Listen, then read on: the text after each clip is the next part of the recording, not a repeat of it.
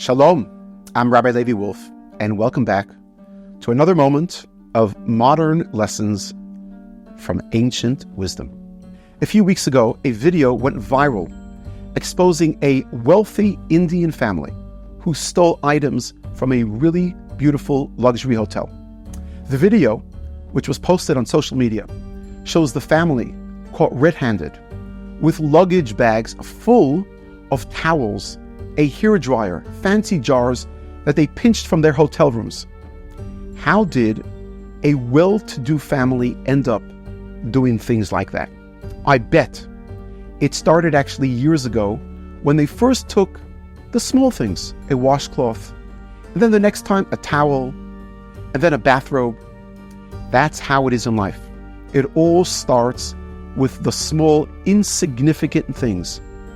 We often tend to excuse the little, the minor violations, and step on them. But it's actually a step in the wrong direction and should be stopped because it can and will ultimately lead to all the wrong things. Consider New York City's dramatic drop in crime in the 1990s. The murder rates, armed robbery, were all down for the first time in decades. Not by thinking big, but by thinking small. It all started when New York's then mayor, Giuliani, introduced a zero-tolerance policy. And you know who were the first criminals that he went after? The ones who were painting graffiti on the trains. The ones who were coming up to you at a traffic light and offering you no choice and washed your windows and demanded payment. That's where they began their war on crime. And in doing so, they were sending a very clear message. We won't accept any violation of civil behavior. Because if you're happy to deface public property or break any of the city's smaller laws, then you're more likely to go on to living a life of large crime. Our Torah portion is called Akev, and it begins with the sentence, V'haya Akev Tishme'un. And it will be, if you will follow these commandments, God promises us great blessings. But our biblical commentators find it difficult to translate that word Akev because it is very rarely used in this context. Generally speaking, the word Akev has a completely different meaning. It actually literally translates as a heel, the lowest part of the body. Now Rashi, one of the classical biblical commentators, offers what I believe is an enlightening explanation.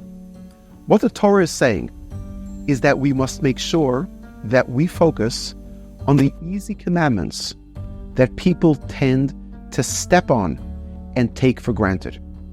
What God is telling us is if you want to follow in my ways, if you want to do what is pleasing in my eyes, don't only think big.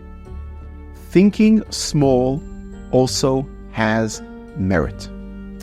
It's not only the big, obvious commandments we should pay attention to.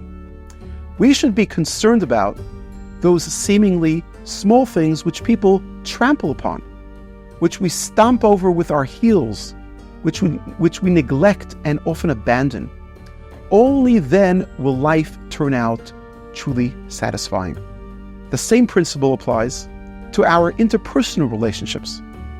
It's all very nice to make a fuss about your spouse on the big moments, on a birthday or a wedding anniversary.